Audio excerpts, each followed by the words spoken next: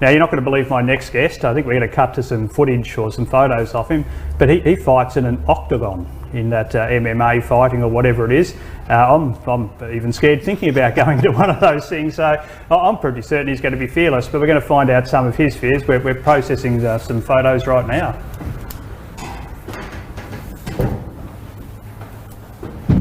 Leigh, how are you? I'm good, thank you. What's the logo on your polo top there? This is Safetyline Jalousie. This is my window manufacturing business. Very good, and we can find you on social media and all sorts of places if we want to talk about those sort of things. But I want to come back to you about some of those photos. You're an octagon. I don't even know what you call it, but I've seen it and I'm scared of it. So I'm starting to think, what are you doing on this show? You've got no fear at all.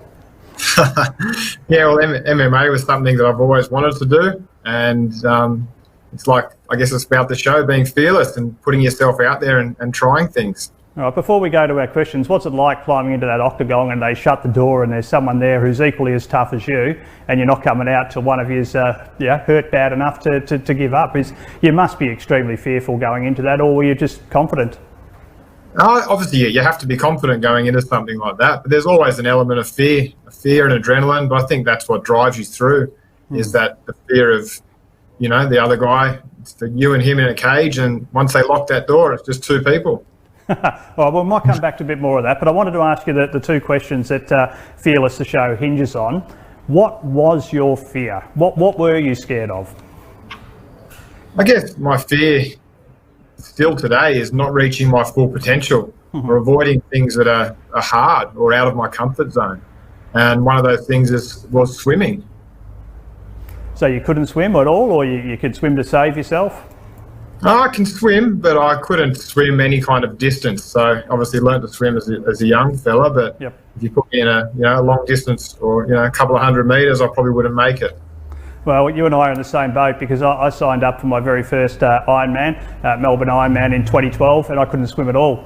And I turned up after signing up for the Melbourne Ironman at the swimming pool, and the swim instructor, John Van Wees, is quite a famous swimmer down south. He said to Steve, what can you do? And I said, absolutely nothing. So we're on the same boat here. Triathlon was a sport for you as well. So did you set a target to say, I'm going to learn to swim for a triathlon, or was the target, I'm going to swim? Yeah, so the target was to swim. And to do that, I had to set myself a goal. So I set a goal last year to do a triathlon, just a short distance, to make sure that I could actually make it. And then after that, I set a further goal of doing the Brecker, which is a very long distance swim. And I actually think that's a brilliant statement you've just made there. To get over a fear, you can actually say, I'm going to make some steps to get over this fear. And we see it all the time with weight loss in particular. If you set a goal, I'm going to go run a 5K or a 10K run at the end of the year, you'll be more motivated because you've got a goal to chase down. Another tool I use is I actually tell people my goal. So I'm socially committed to do it, which also keeps me motivated. Did you tell everyone you're taking up swimming and you're going to do triathlon? I did, actually. Yeah, I noted it down. I wrote it on paper like yourself, and then I basically told the world this is what I was going to do, so that I had to commit to it, and there was no other option but doing it. I actually reckon that's the best tool of all, the social contract, especially if you've got a bit of extroversion like we do. Tell people, tell everyone, and then that fear of failure and ego and pride or whatever it might be is going to make sure you do the tools to get you there. So you were scared of swimming, you've jumped into a triathlon, it's open water, there's a lot of people kicking and bumping and goggles flying at times. How did you cope with it all? Well, it's definitely, the training I did was definitely different than on the day. Yep. Like you say, once you get in that water with 50, 100 other people, it becomes a washing machine. So to try and control myself and settle myself down and get into some kind of rhythm was difficult. But again, I just had that thing in the back of my head that, I'd promised myself and promised the other people that I was going to do this, and I just pushed through, and, lucky enough, I got there. And what about the next one, the triathlon? What's the Brecker, I should say? What's the distance of the swim there, and what was the temperature of the water? So the Brecker was over in New Zealand at Wanaka. The water was about 12 degrees max, so it was chilly and cold. Mm-hmm. Yeah, and the distance of the swim, we ended up doing 4.2 kilometres. So which is no short swim. That's quite a long swim. And are you scared of sharks? Are you scared of anything like that out there? I mean, obviously not the Brecker, but yeah. Definitely. When I was training for the Brecker and my triathlon, sharks were always in the back of my mind. But I think the bigger fear for me was the regret of not completing the achievements that I've sort of set myself to do. So the sharks were definitely a thought process, but not the major concern. All right, well, the second question I throw at people is why on earth, why not just not go into the water in the first place and just say, oh, look, that's just one of my fears. I'm not going to learn how to swim and conquer open water swimming. Why did you even bother to get over that fear in the first place? I think it's like you touched on earlier, it's more the regret. I don't want to get to an age where I can't do these events and sit back and go, oh, I wish I had have done that. I think living with regret is the biggest fear in itself. So, sorry, I was just going to say that. I think we're all saying that on the show, or this episode anyway. How do you actually ratchet up that fear of regret? Have you got any theories on that? Like, for some people, regret's not too high, but for most, or a lot of us, we really have a strong regret dial. How do you ratchet it up? I'm not sure. I think you just got to throw yourself into these things.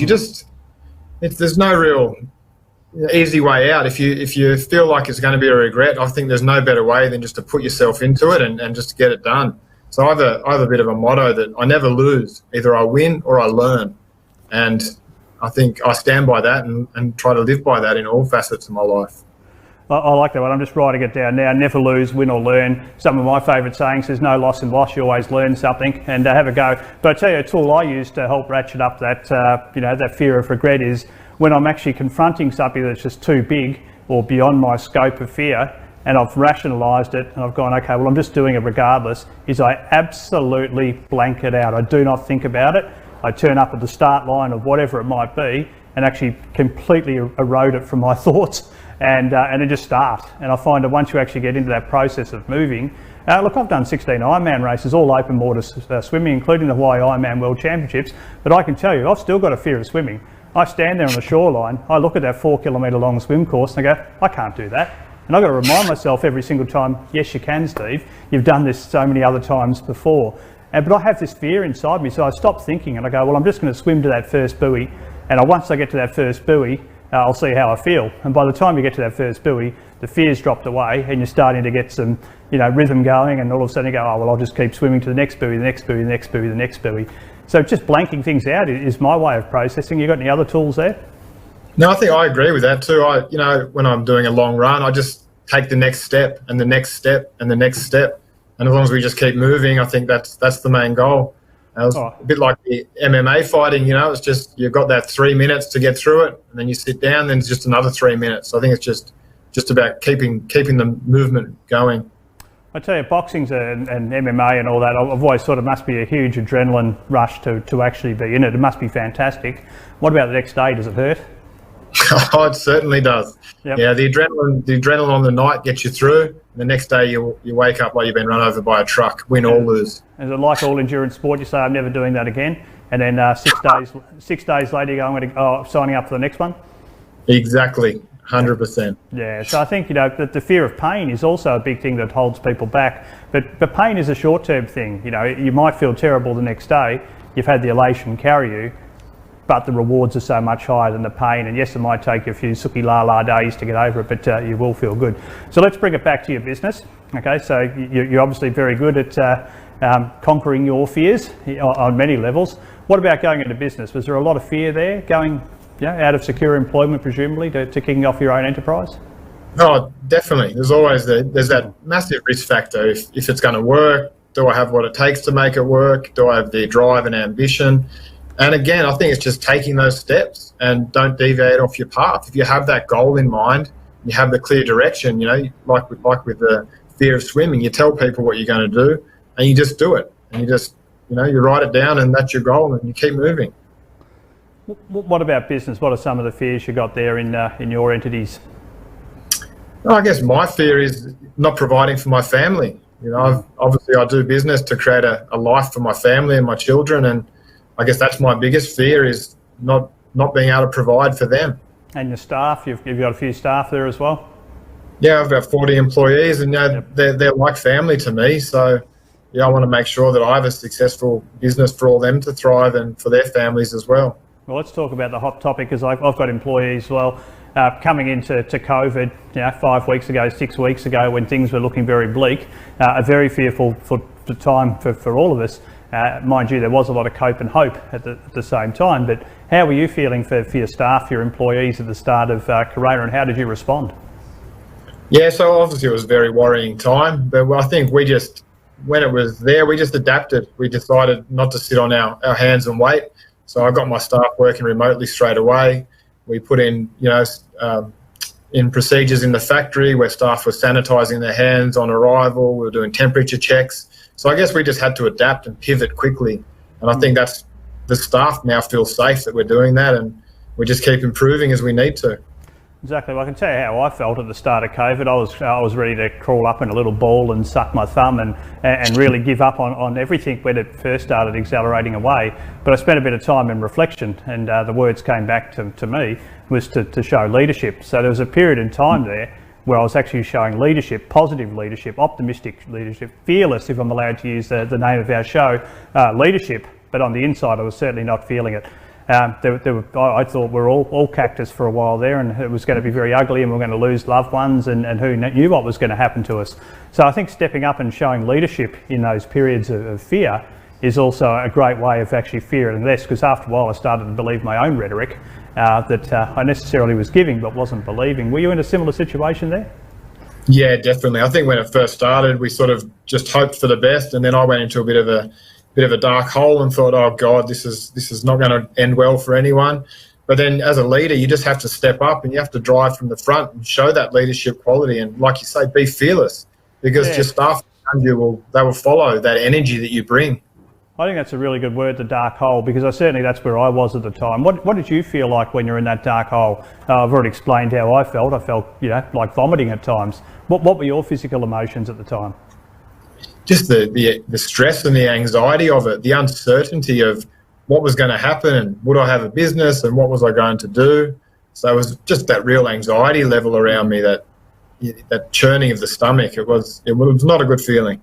And this comes from an MMA fighter, someone who's used to adversity. And I think that's something we've really got to take on board ourselves, that no matter who we look at, no matter who we look up to, no matter what they experience in life, everybody carries fears. So if you're thinking, why am I so fearful? Well, look around you. You're not special. Every single person carries fear. The people that appear to be fearless are the people who have learnt their tools and techniques to be able to manage their fear, to find the things that will ratchet themselves out of fear, like stepping into an octagon, like starting up a TV studio and going from there. And they're the people that come out. Now, the future is a wonderful opportunity. We're going through adversity, opportunity and adversity. What are you feeling the future's looking like for you, and how are you going to be fearless in that, Leigh? I think there's, with anything, there's opportunities in every dark place. I think it's just finding those opportunities and really exploring them. So I think the future's bright for us. The construction industry will boom again. The government will put a lot of stimulus packages in place to help.